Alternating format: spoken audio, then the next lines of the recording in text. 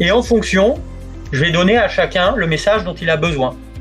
Ce message, je vais également le calibrer en fonction de la forme d'intelligence de la personne. Il y a des personnes, elles ont besoin qu'on leur raconte des anecdotes, des métaphores. Il y a d'autres personnes, elles ont besoin de chiffres. Tant qu'il n'y a pas de chiffres, elles ne sont pas convaincues.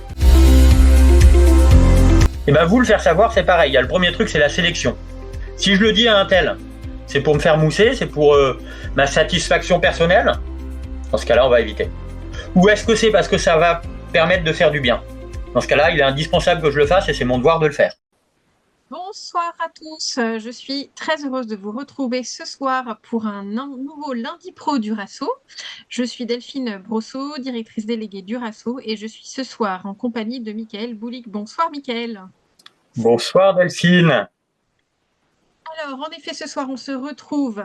C'est notre journée pro le lundi. Vous avez déjà eu plusieurs conférences en ligne les lundis sur la vie professionnelle, des conférences que vous pouvez retrouver en replay sur le site du RASSO. Alors, un mini-mot sur le RASSO que vous connaissez tous très certainement, c'est l'Association des aînés anciens guides et scouts d'Europe. Donc, c'est en quelque sorte l'association d'alumni de la GSE, des guides et scouts d'Europe. Notre mission, c'est d'accompagner tous ceux qui ont un jour prononcé leur promesse scout et les accompagner pour y être fidèles toute leur vie, les accompagner dans leur vie pro comme ce soir, mais aussi perso, leurs engagements, leur vie de famille, etc. Et de créer aussi une sorte de réseau professionnel d'entraide, à la fois pour les anciens et pour les aînés, ceux qui sont encore cheftaines chez les guides et scouts d'Europe. Et notre but, c'est aussi de faire rayonner le scoutisme et de soutenir son développement pour les nouvelles générations. Et alors, ce soir, ce qui nous intéresse, c'est donc notre vie professionnelle. Vous êtes nombreux à nous retrouver ce soir sur un sujet que l'on n'a pas souvent l'habitude de traiter, qui est celui du faire savoir. Alors, pour cela, on a demandé une nouvelle fois à Mickaël d'intervenir. Merci beaucoup, Mickaël, d'être avec nous ce soir. Alors, petite présentation de Mickaël avant de vous présenter un petit peu plus en détail le sujet. Donc, Mickaël, tu es entrepreneur et conférencier. Tu as été d'abord officier de l'armée de terre pendant 16 ans, où tu as eu justement des postes à la fois de commandement, des postes de terrain en France et à l'étranger. Et puis en administration centrale aussi. Et puis, tu es maintenant multi-entrepreneur, on pourrait dire ça comme ça, mais je te laisserai justement un petit peu plus présenter ce que tu fais aujourd'hui. Tu prépares aussi un certain nombre de personnes au grand oral de l'oral de guerre, bref, de l'école de guerre, pardon. Et donc, tu vas pouvoir nous parler de ce sujet qui est le faire savoir. Alors, quelques petites précisions. On connaît le savoir-être, on connaît le savoir-faire. Le troisième, dont on entend un petit peu moins parler, c'est le faire savoir. Alors, les deux premiers sont un peu des évidences pour quiconque et peut-être particulièrement aussi pour ceux qui ont fait du scoutisme. Voilà, on commence par la devise de notre mieux. Donc ça, on est plutôt à l'aise avec ça quand on est louveteau-louvette et puis quand on grandit aussi grâce au scoutisme. Mais voilà, on n'est pas toujours à l'aise avec ce mot cette compétence de faire savoir. On a certainement aussi en tête la phrase de l'Évangile que ta main gauche ignore ce que fait ta main droite. Et donc voilà, entre forme de vanité c'est peut-être un peu l'image que l'on peut avoir. On n'est pas toujours à l'aise, parfois on évite, voire on néglige. En tous les cas, c'est une compétence qui est rarement travaillée. Donc, l'idée de ce soir, c'est de remettre le faire savoir à sa juste place par un petit travail que Mickaël va nous aider à mener ce soir. Voilà, on va parler d'abord d'éthique et puis, voilà, petit à petit, on va vous donner des choses beaucoup plus concrètes pour arriver au bout de cette question du faire savoir et de lui donner un sens surtout. Voilà, je vais laisser ensuite Mickaël nous exposer son topo sur le sujet. Voilà, l'introduction est faite. Mickaël, je te passe la parole. Merci Delphine. Alors, pourquoi est-ce que justement je suis avec vous? Alors, ce que je vais faire, c'est que je vais peut-être vous donner une vision de mon écran. C'est tout bon. C'est tout bon. Et donc, pourquoi moi avec vous ce soir? En fait, alors là, par contre, c'est moi qui n'ai pas la bonne vision. Si je fais ça, normalement, ça reste bon pour vous? C'est tout bon. On voit C'est bon, parfaitement. ok. Donc, pendant ma carrière, donc d'abord étudiant, ensuite dans l'armée de terre, puis ensuite mes entreprises, donc une activité de conseil d'une part, et puis une activité sur le sauvetage des langues en voie de disparition d'autre part. J'ai été, surtout au début, confronté à cette question du faire savoir, et comme beaucoup d'entre vous peut-être, avec ce prisme éthique qu'on a eu tout petit, le faire savoir pour moi c'était quand même pas très noble. Et il y avait le savoir-être, il y avait le savoir-faire. Et si je travaille bien, bah, naturellement, mon travail va parler de lui-même. Et donc, j'ai pas besoin de faire savoir si je me concentre sur un faire de qualité de mon mieux. Et puis, je me suis rendu compte, parfois douloureusement, que c'était une erreur. Parce que de toute façon, ce genre de choses, si on n'a pas la bonne approche, le réel se charge de nous le faire comprendre. Et donc, je me suis rendu compte que c'était pas opérationnellement une bonne approche, mais il reste quand même le petit discours éthique qu'on a et qui, j'espère que vous aurez toute votre vie. Et donc là, il y a une tension qui se met en place. Et je l'ai résolue d'une façon que je vais vous partager ce soir. Et je me suis rendu compte que ça marchait beaucoup mieux, que ça me permettait d'être en paix avec moi-même. Et ensuite, quand je me suis mis à aider d'autres personnes, donc des officiers que je préparais à l'oral de l'école de guerre, comme disait Delphine, donc un endroit où en fait on a 1 heure pour faire savoir qu'on est la bonne personne. Donc comment on fait pour rejoindre ces tensions dont on a déjà un peu parlé. Et puis également des personnes que j'accompagne en entreprise qui sont dans des situations un peu compliquées où justement il y a ces choses-là, avec à côté des personnes qui elles n'ont pas du tout cette éthique, et se dire est-ce que moi avec l'éthique qui est la mienne, je suis condamné à être toujours le perdant ou pas. Et c'est de tout ça que justement c'est sur tout ça que je veux partager quelques retours avec vous ce soir. Alors, ce qu'on va faire, c'est que dans un premier temps,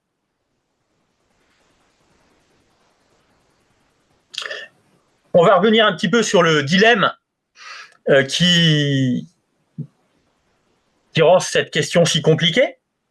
Puis on va s'apercevoir qu'en fait, si elle est compliquée, c'est parce que le problème est mal posé. Alors, on va voir comment est-ce qu'on peut le poser différemment. Et puis une fois qu'on aura répondu à cette question, là, naturellement, on va voir pourquoi est-ce que, en fait, si, il faut faire savoir. Et corollaire, comment il faut faire savoir, parce qu'il faut le faire, mais il faut le faire d'une bonne façon, d'une façon ajustée, d'une façon qui soit en accord avec nos valeurs. Et c'est possible, et non seulement c'est possible, mais en plus, c'est ce qui marche le mieux. Donc ça tombe bien. Le créateur est bienveillant et il a fait en sorte que si on se comporte bien, au final, ça marche encore mieux. Alors d'abord, on va revenir sur le dilemme. Faire savoir, ça nous confronte à trois points qui nous empêchent de le faire et un point qui fait qu'on aimerait bien le faire. Le premier, c'est notre vision de l'humilité et d'une façon digne de se comporter. En général, on a la vision que celui qui passe son temps à faire savoir, notamment vers la hiérarchie, c'est un peu le chouchou, c'est-à-dire un rôle qui n'est pas du tout valorisant. Premier point. Le deuxième, celui qui passe son temps à faire savoir, rapidement, il agace tout le groupe. Et en fait, il y a un côté profondément ridicule qu'on n'a pas envie d'aller chercher. Ça, c'est les 2 premiers points. Le troisième, c'est qu'on a cette conscience professionnelle de notre mieux, de notre mieux, de notre mieux. Et avec cette conscience professionnelle, on se dit, si je passe mon temps à faire parler de moi, ce sera au détriment de la qualité de mon travail. Et ça, en conscience, je ne peux pas l'admettre. Et en même temps, j'ai un dilemme, parce que si je ne le fais pas, de parler de mon travail, je m'aperçois bien que les autres vont faire, eux, ils vont le faire, et donc, je serai perdant. Et donc, je suis écartelé entre l'envie quand même je suis pas dans le... j'ai une estime de moi-même suffisante pour me dire j'ai quand même pas envie d'être tout le temps le perdant, Et en même temps, j'ai cette morale. Et là, des fois, il y a même qu'à l'âge adulte, on se dit, en fait, la morale chrétienne, elle m'empêche de vivre pleinement, etc. Et donc, je suis écartelé. Et j'ai deux façons de le résoudre. Soit en grandissant, je me dis que la vie est ce qu'elle est, je deviens un petit peu cynique, et je vais le résoudre en faisant des petites entorses avec mes principes, en disant non mais finalement la vie c'est pas comme ça, et puis je vais oublier un petit peu ma promesse coûte, je vais le garder pour le dimanche, et puis pour le reste du temps je vais m'arranger. Ça c'est la première façon de le résoudre. Et puis il y a l'autre façon, donc là en fait je deviens un adulte triste qui a perdu son idéal, qui a perdu sa flamme. Et puis l'autre, c'est au détriment de moi-même. Et là souvent je vais m'enfermer dans l'aigreur, c'est-à-dire que j'aurais gardé tout mon idéal, mais je me dirais tous pourris, moi je suis impur, mais je deviens aigri. Dans les deux cas, c'est un peu triste. Alors c'est là qu'en fait, on a mal posé le problème. Alors comment est-ce qu'on pourrait le poser, ce problème? En fait, il va falloir qu'on revienne à l'origine de la morale. Parce qu'on se rend bien compte qu'il y a un problème moral contre qualité de vie, on va dire. Alors la morale chrétienne, à l'origine, c'est la recherche du bonheur. Et il y a quelqu'un qui, alors je fais un raccourci un petit peu, mais qui a résumé tout ça, c'est saint Thomas d'Aquin, qui, à la suite d'Aristote, nous dit l'homme est fait pour être heureux, alors en l'occurrence pour la vie éternelle, ça c'est le bonheur ultime, et puis avant pour des petits bonheurs. Et ce bonheur, en fait, si on pose certaines actions, comme le fait d'aimer son prochain, ça va nous en rapprocher. Et puis inversement, il y a des actions qui nous font poursuivre le bonheur, mais où on se rend compte que, en fait, ça ne nous rend pas heureux. Exemple, je vais finir la bouteille de whisky tout seul, je me sens mieux, j'oublie un peu mon stress, j'oublie mes soucis, mais au final, ça me rend pas heureux, ça me détruit. Et donc, la morale, en fait, c'est des panneaux indicateurs, mais ce qui compte, c'est qu'on est fait pour le bonheur. Et à la fin du Moyen-Âge, il y a quelqu'un qui s'appelle Guillaume d'Occam, qui est un peu moins connu que saint Thomas d'Aquin, et lui commence déjà à douter un petit peu de notre capacité à trouver Dieu, à trouver la vérité, et accessoirement à trouver le bonheur. Donc la morale, à partir de lui et puis de tous les gens qui vont suivre, et encore je fais une histoire très très rapide, donc j'espère que s'il y a des philosophes, ils me pardonneront les approximations, mais du coup la morale, elle va devenir Jacques-Adi. Jacques-Adi a dit, t'as le droit de faire ça. Jacques-Adi a dit, t'as pas le droit de faire ça. Jacques-Adi a dit, il faut faire ça. Et du coup, il n'y a plus le lien avec mon bonheur. Et donc, Jacques-Adi, faut pas se la ramener sur soi parce que c'est pas beau. Alors, je la ramène pas sur moi. Jacques-Adi, il faut,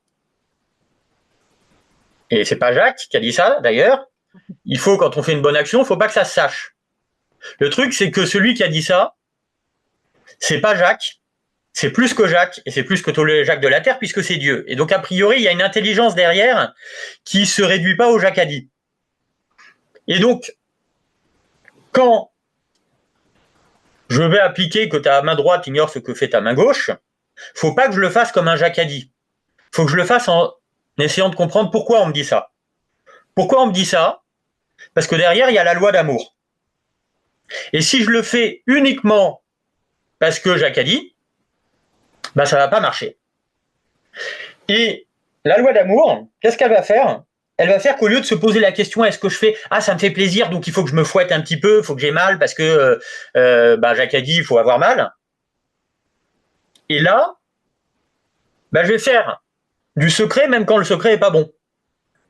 Et puis inversement, il y a un moment, je dis, j'en ai marre, donc maintenant je pense à moi, je fais du développement personnel, je m'occupe plus que de moi. Et là, du coup, j'oublie que parfois c'est quand même beau d'être dans la discrétion. Et en fait, là, je tourne dans un espèce de piège où je m'en sors pas. Et comment je vais faire pour m'en sortir? Alors, ceux qui étaient là au dernier webinaire, ils savent déjà qu'il y a une parabole que j'aime beaucoup. Enfin, une parabole, une histoire de l'Ancien Testament, mais qui ensuite a été utilisée comme une parabole par Jésus, qui est l'histoire du serpent de bronze. Et le serpent de bronze, qu'est-ce qu'il nous rappelle? Il nous dit que quand on se regarde nous, on est mordu par les serpents, et que c'est qu'on finit par mourir. Et qu'en fait, la façon de s'en sortir, c'est pas de lutter contre le serpent, genre oui, le moi est haïssable, etc., j'arrête de me regarder moi, etc. Non, c'est en me décentrant. C'est-à-dire que la solution, je vais arrêter de regarder moi et je vais essayer de me tourner vers l'autre. Et si je me tourne vers l'autre, naturellement, et c'est ça l'astuce ultime, c'est qu'en fait, au lieu de me poser des questions dans tous les sens, avec est-ce que je peux pas, est-ce que blablabla, bla, je me décentre et je regarde l'autre, le bien. L'autre, ça peut être mon prochain, les autres personnes qui sont dans mon entreprise ou dans mon école ou peu importe.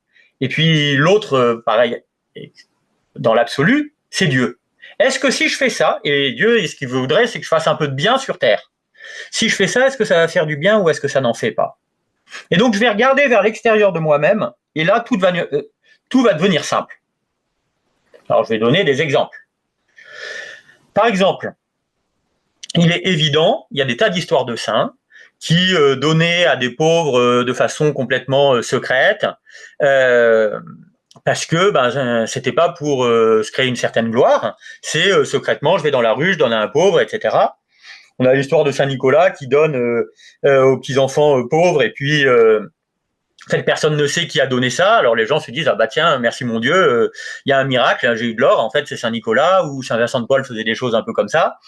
Et ou Sainte Élisabeth de Hongrie, enfin il y en a des tonnes, qui s'occupaient secrètement de pauvres et qui savaient pas d'où ça venait, et qui se disaient juste, oh là là, j'ai un miracle, c'est merveilleux. Et donc là, c'est bien. Là, c'est bien, en effet, il faut que ma main droite ignore ce que donne ma main gauche. Mais il y a aussi des contextes où si c'est secret, je porterai moins de fruits. Alors je vais garder d'abord des exemples lointains et après on reviendra à des exemples plus près. Je prends un autre saint plus récent qui est Pier Giorgio Frassati. Et lui, quand il aidait des gens dans le besoin, les gens savaient que c'était lui. Il faisait pas de publicité, parce que faire de la publicité pour ses bonnes actions, il n'y avait pas d'intérêt. En revanche, que la personne à qui il faisait cette bonne action le sache, il considérait que c'était un moyen de lui apporter la bonne nouvelle. Donc, là, au lieu de dire Jacques a dit, il faut que ce soit secret, il disait tiens, je vais donner mon manteau à un pauvre, mais il va savoir que c'est moi parce que je vais en plus lui dire que c'est au nom du Christ. Donc je recadre par rapport à une finalité. De la même façon, dans la vie de famille, si j'offre à mes enfants ou à ma femme un petit cadeau, je peux laisser le petit cadeau comme ça sur le trottoir juste avant leur retour à l'heure où je sais qu'ils vont venir. Ils vont se dire « Oh, c'est trop bien, j'ai trouvé sur le trottoir quelque chose de joli. » Mais si c'est le cas, il y aura juste la joie d'avoir un petit jouet ou je sais pas, une bouteille de parfum ou je ne sais quoi. Mais en fait, je sais que dans ce cas particulier, le plus gros de la joie que je vais donner à mes enfants ou à ma femme, il vient pas de l'objet. Il vient de se dire « Ah tiens, il a pensé à moi ». Parce que peut-être que c'est un langage d'amour, en plus, pour ceux qui connaissent les 5 langages de l'amour, c'est un langage d'amour de ma femme ou de mes enfants de recevoir des cadeaux. Mais si c'est pas tracé, et là, je perds tout l'effet. Ah bon, oui, d'accord, j'ai une bouteille de parfum, c'est chouette, j'ai trouvé ça, mais je m'en fiche. Et donc là, on voit qu'en fait, la question, c'est plus est-ce que Jacques a dit ou Jacques a dit fait pas. La question, c'est de quelle façon je vais faire le plus de bien. Pareil, mon manager. Mon manager, peut-être que je fais tout le travail, mais je lui en parle pas. Et lui, il est inquiet parce qu'il est en stress. Alors que si je lui disais, t'inquiète pas, ça c'est fait. T'inquiète pas, je m'en occupe. T'inquiète pas, je suis en train de le faire. T'inquiète pas. Et que je lui envoie régulièrement des messages parce que je sais que c'est quelqu'un d'inquiet. Bon, non seulement il va avoir le rapport qu'il me demande depuis 3 jours, mais en plus, surtout, il va avoir de la sérénité. Et le but, c'est de lui apporter de la sérénité. Pareil pour le client. Le client, je peux faire, je sais pas, par exemple, il y a quelques années, à l'époque où j'étais parisien, j'avais une crêperie, où j'allais tout le temps. Pourquoi j'y allais tout le temps?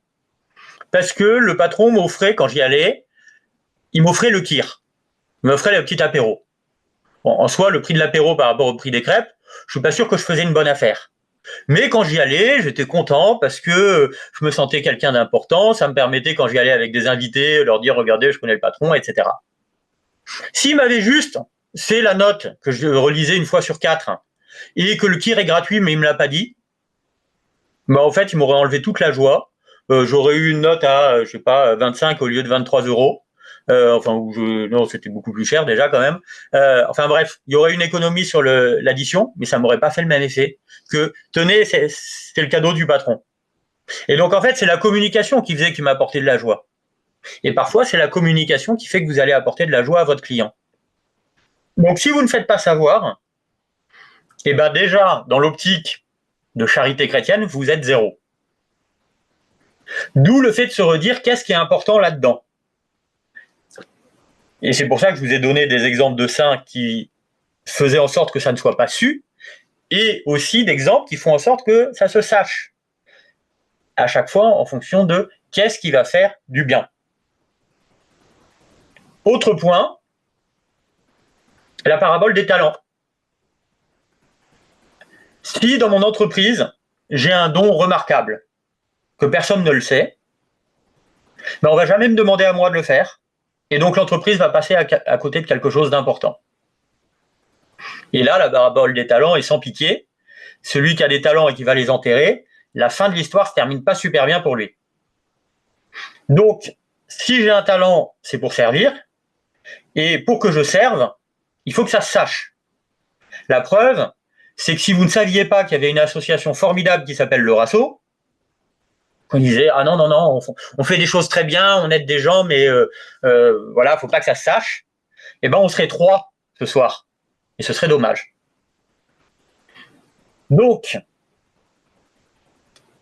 il y a cette affaire d'apporter du bien, il y a cette affaire de faire fructifier mes talents, et derrière, ça m'amène à une dernière notion, qui est la notion de justice.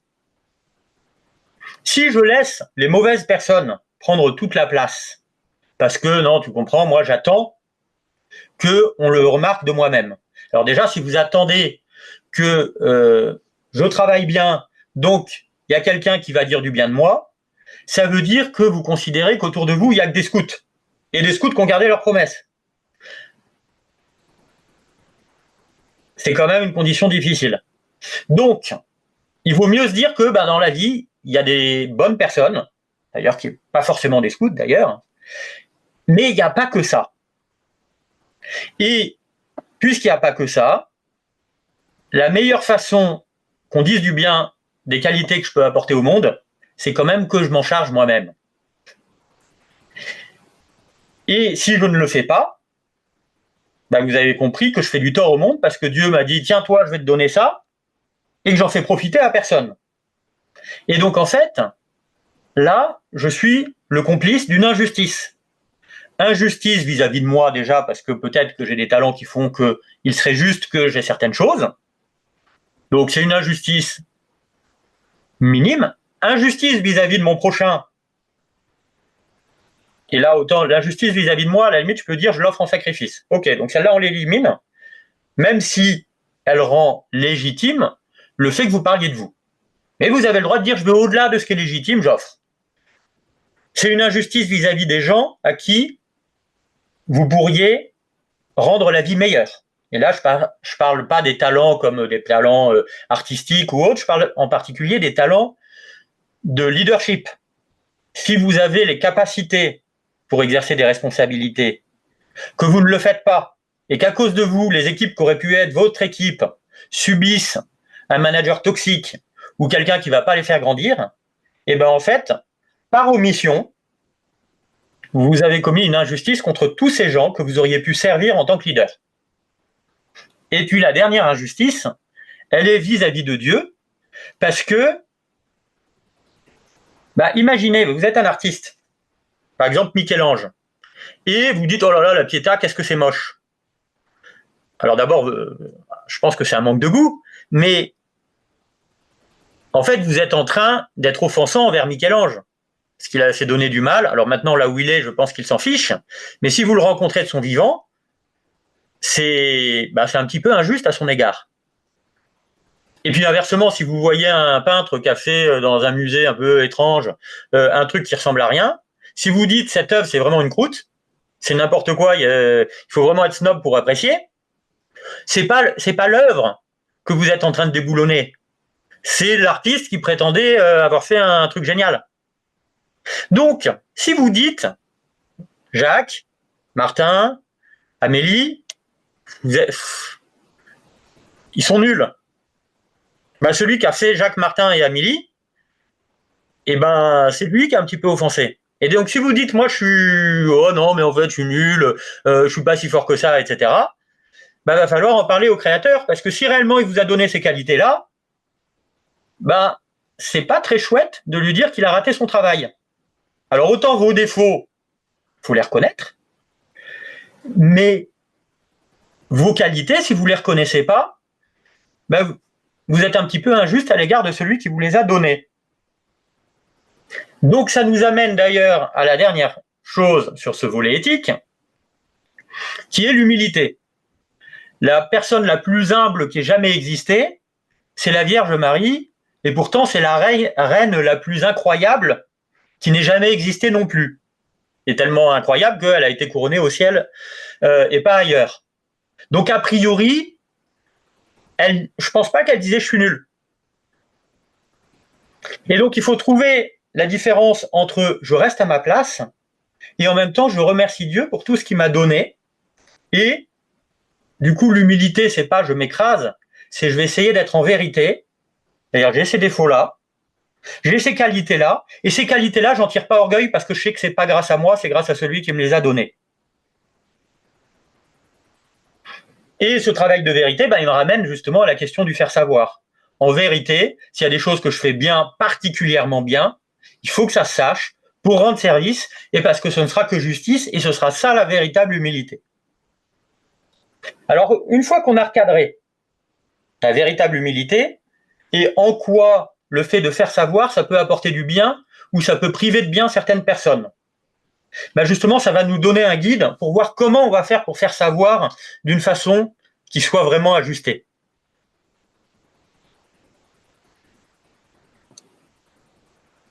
Alors, la première façon de faire savoir, c'est déjà d'aller choisir à qui on fait savoir.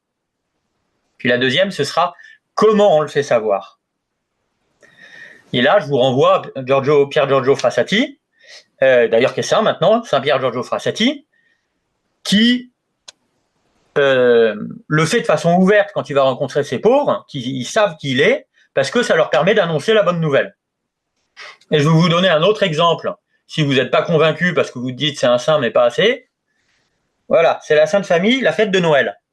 La fête de Noël, il y a à la fois un faire savoir avec les anges qui jouent de la trompette, donc a priori on est quand même dans le taratata, pour ramener tout le monde, et en même temps, c'est annoncé aux bergers, c'est annoncé à des mages qui viennent d'Orient très très loin,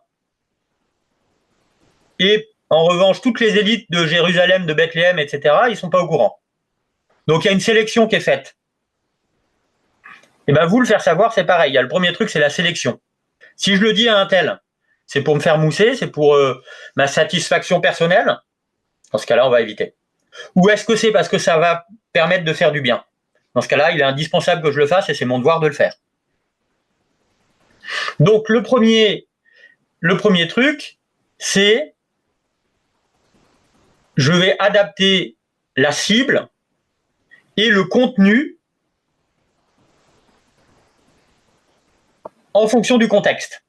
Pareil, par exemple, si je vends un sac que j'ai fait à la main, et en plus il est pas cher, si je le vends à Delphine, elle va dire bon ouais, il est sympa ton sac. Mais ça lui fera, moi je dirais il est sympa, j'ai acheté un truc sur Vinted à pas cher. Si je lui dis ça a été fait à la main par un artisan qui travaille chez Vuitton ou je sais pas quoi, et malgré tout je te le fais à 20 €, elle dira j'ai fait une super affaire et elle aura passé une super journée.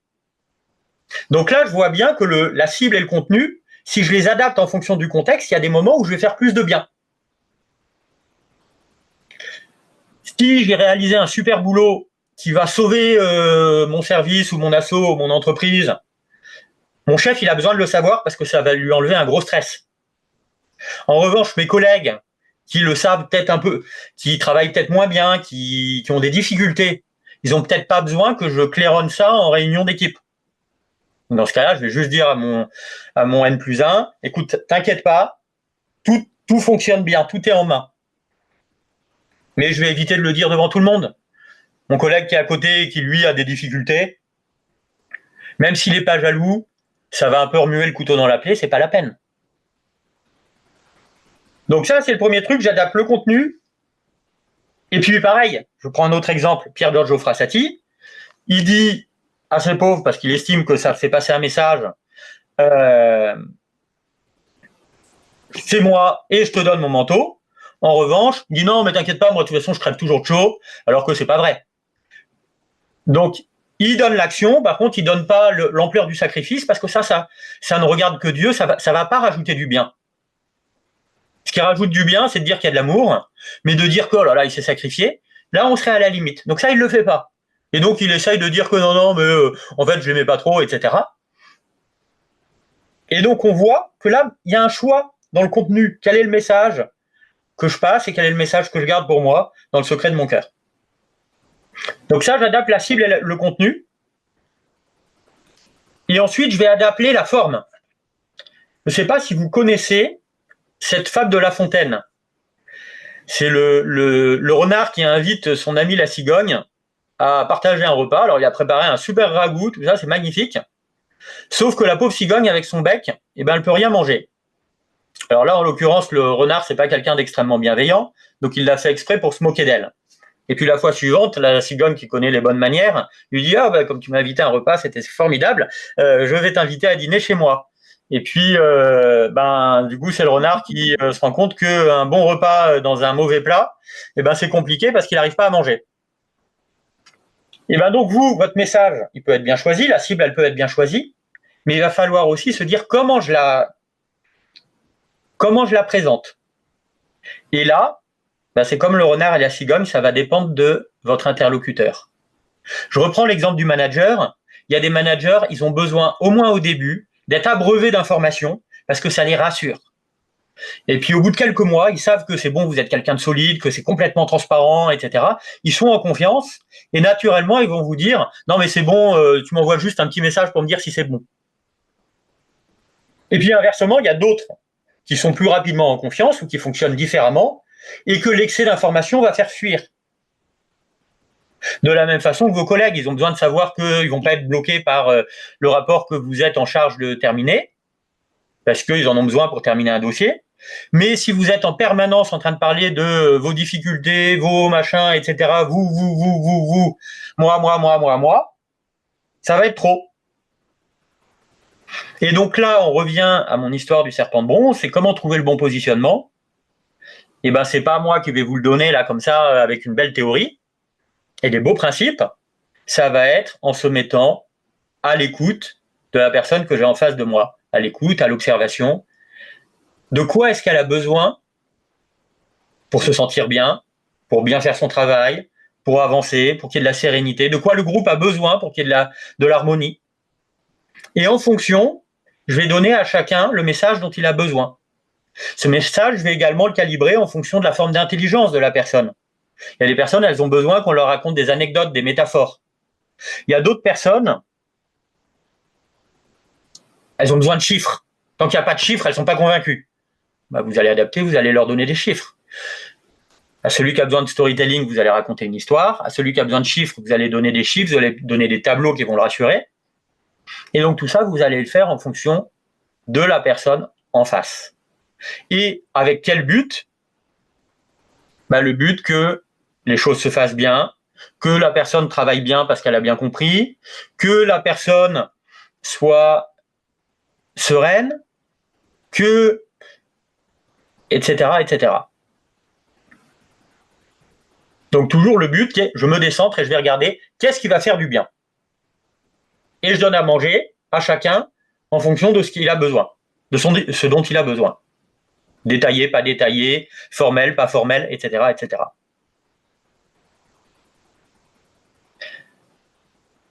La dernière chose que je voudrais vous présenter, c'est comment on fait la petite soupe. Des petits tips, des petites astuces concrètes, justement pour faire savoir de façon adaptée. Parce qu'au début, on dit, oui, mais moi, j'ai jamais fait, donc je sais pas comment faire, justement, même si j'ai bien compris. je sais pas comment faire pour le faire et que ça passe pas pour le gars qui se la ramène. Donc là, c'est l'heure de des petites recettes de cuisine. Le premier, dites-vous de façon générale, un manager, même s'il y a des exceptions, il a besoin d'être assuré. Donc il y a un truc qui marche très très bien et qui rend service à tout le monde, c'est la pratique systématique du compte-rendu écrit. J'ai fini un travail, j'envoie un petit mail, ou je suis en télétravail, j'ai fini ma semaine, j'envoie un petit compte-rendu de fin de semaine. Ok Delphine, cette semaine j'ai fait ça, ça, ça, ça, ça et ça. Et là, Delphine, elle est contente. Et en plus, pourquoi elle est contente? C'est parce qu'elle n'a pas besoin de courir après moi pour me demander. Et ça va lui faire gagner du temps. En fin de mission, on peut faire ça. En fin de semaine, pour donner une certaine régularité. Dans certains boulots, ça va être en fin de journée. Là, le compte-rendu, il est plus court. Ok, j'ai terminé. Je sais que tu es en réunion. Ça, c'est fini, etc. À demain. Ça, c'est beaucoup plus rassurant que je m'en vais parce que la réunion s'éternise. Et puis, Delphine, elle sort de réunion. Elle dit, bon, est-ce que c'est fait? On verra demain, j'en sais rien. Mais voilà, ça facilite la vie. De la même façon, pardon. De la même façon, un petit compte-rendu SMS ou par WhatsApp, quand une chose est faite, ça facilite la vie. Avant une réunion ou après une réunion, je fais une petite synthèse. Bon, voilà ce qu'on s'est dit. En plus, ça, c'est un écrit. Ça rend service à tout le monde parce que personne n'a envie de faire des comptes rendus écrits. En général, on se demande sur qui ça va tomber. Bon, s'il y a quelqu'un qui s'en empare, vous rendez service à tout le monde. Ça fait plaisir à tout le monde et ça fait savoir à tout le monde que vous l'avez fait. Donc, c'est formidable. Si vous connaissez des entreprises où les gens se battent pour être celui qui fait le compte rendu, vous m'en parlez, j'ai jamais vu ça. Donc là, vous êtes sûr que ça fera pas d'effet, il se la raconte. Profitez-en dans ce compte rendu pour mettre en valeur les autres. Et ça, ça permet que justement tout le groupe va apprécier. Si je viens en disant, je sais pas, j'ai terminé toujours l'exemple du gros dossier. Le gros dossier est terminé. Merci à Martine pour sa relecture. Merci à Édouard pour avoir refait les illustrations. Merci à un tel. Et en fait, tout le monde est content parce qu'on est mis en valeur. Et en même temps, vous êtes en train de communiquer, vous êtes en train de faire savoir. Et au lieu de le faire dans celui qui ramène tout à lui, au contraire, vous êtes en train de créer de la cohésion. Donc ça, c'est à penser. À chaque fois que je vais, pour dire que j'ai fait un travail, notamment un travail difficile, au lieu de dire « Salut Delphine, je viens de terminer ce travail, il était vraiment dur », j'envoie un petit message à toute l'équipe du Rasso. « Coucou, j'ai une bonne nouvelle, le travail, ça y est, il est terminé. Merci à un tel. Puis vous allez voir, ça va être un super outil qui va aider tout le monde. » Et on va voir que c'était dur, parce qu'on va voir que c'est un super travail. Et ça va se voir tout seul. J'ai communiqué dessus, mais pas avec cette espèce de truc un peu négatif en termes d'émotion qui est « ça y est, encore quelqu'un qui vient mendier des compliments ». Là, non, je partage une bonne nouvelle. Donc, merci à tout le monde. Et là, on est bon. Et je reviens à ma dernière idée, qui était la première, qui est toujours le serpent de bronze. Je me tourne vers les autres, je me décentre de moi, et naturellement, je trouve, là, en me disant de quoi il a besoin, de quoi a besoin mon chef, de quoi est-ce que j'aurais envie si j'étais dans l'équipe. J'aurais envie qu'on me mette en valeur. Tiens, je vais mettre en valeur les autres, etc., etc. Et donc, plus je vais prendre l'habitude de mettre à la place des autres, de l'équipe, de mes managers, de mes clients, et plus naturellement, je vais trouver le bon positionnement pour faire savoir. Et ce faisant, je vais rendre service parce qu'encore une fois, si vous ne le faites pas, personne ne le fera et vous allez priver tout le monde du bénéfice collectif qu'il y aurait à le faire. Merci beaucoup, Mickaël. Je vous souhaite à tous une excellente soirée. Donc, on n'a pas, je crois, pour le moment, de nouveau lundi pro du Rasso d'ici la fin de l'année. On va en mettre certainement un ou deux en ligne dans les jours qui viennent, mais nous avons d'autres conférences qui vont arriver, une sur l'évangélisation, une sur le handicap et l'inclusion, une autre au moment de la Toussaint avec le recteur de Montmigeon. Sur les âmes du purgatoire. Voilà, vous avez plein de thématiques différentes et donc aussi ce forum de l'emploi auquel vous êtes tous invités. Un grand merci à toi, Mickaël, pour ces propos lumineux. Je vous souhaite à tous une très bonne soirée. À très bientôt. À bientôt, bonne soirée.